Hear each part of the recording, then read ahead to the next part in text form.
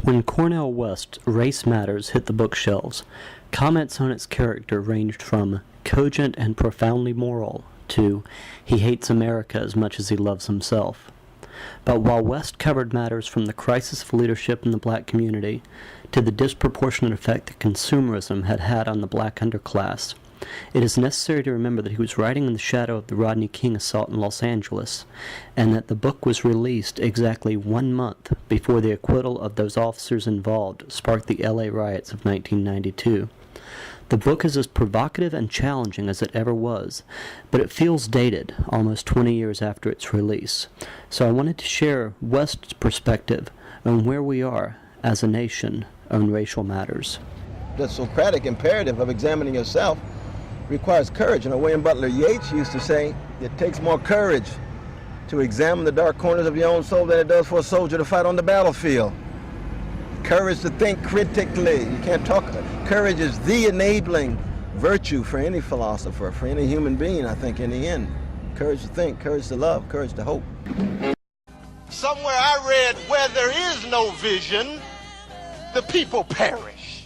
And you know and I know there are people perishing every minute, quiet riots across this nation. So the question becomes, what vision are we talking about that can empower and equip and enable people to look at their circumstances and somehow attempt to still keep struggling, to still keep going on, to engage in that dogged determination that's been characteristic of the combative spirituality that sustained black folk ever since we set foot up on this land off those slave ships.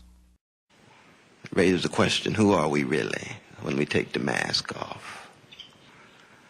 What kind of nation are we really?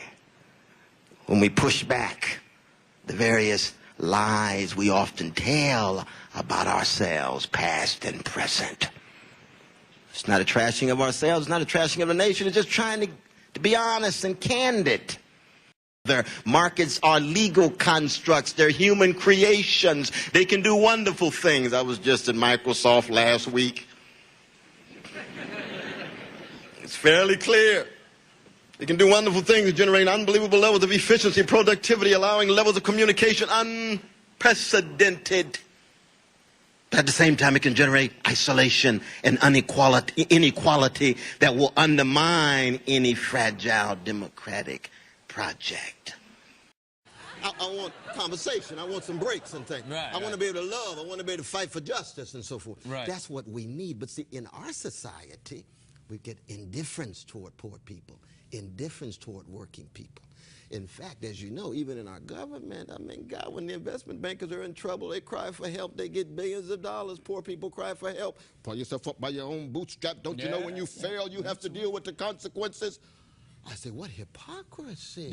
No, you're right. The priorities get warped in that regard. So our young people see this and they say, oh, this is not about integrity. This is not about dignity. This is about the 11th commandment, thou shalt not get caught.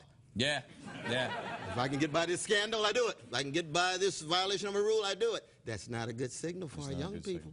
The president does have a bust of Dr. King in the Oval Office. He's got Brother Martin, but what is Martin saying every day he walks in? How deep is your love for poor and working people? I died fighting an illegal, immoral war in Vietnam. What makes you think the war in Afghanistan doesn't have the same status? That's what Martin's saying to him every day. But the problem is this, though, that this is part of the lies of the mainstream. People have reached the conclusion Barack Obama is the fulfillment of King's dream. That's not true. That's not true. Our beloved president is a fulfillment of King's dream. He's not the fulfillment of King's dream. The fulfillment is poor people, not just black people, white, red, not just in this country, but around the world. That's a hell of a dream. Martin was that kind of dreamer. We got to be honest about it. But Ariane,